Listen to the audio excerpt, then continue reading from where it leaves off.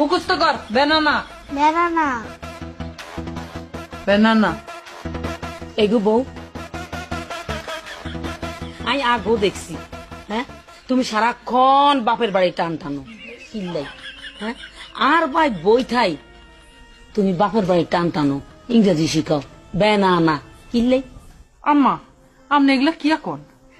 কলা মানে ব্যানানা। আমি ওরে আমার বাপের বাড়ির ইংরেজি কখন শিখাইছি? আরে বৌবান বুঝাইও না, তোমার বাপের নাম হইল বেলায়েত হোসেন, তুমি সংক্ষেপে বেনানা শিখাইতে আছো কিল্লাই গো।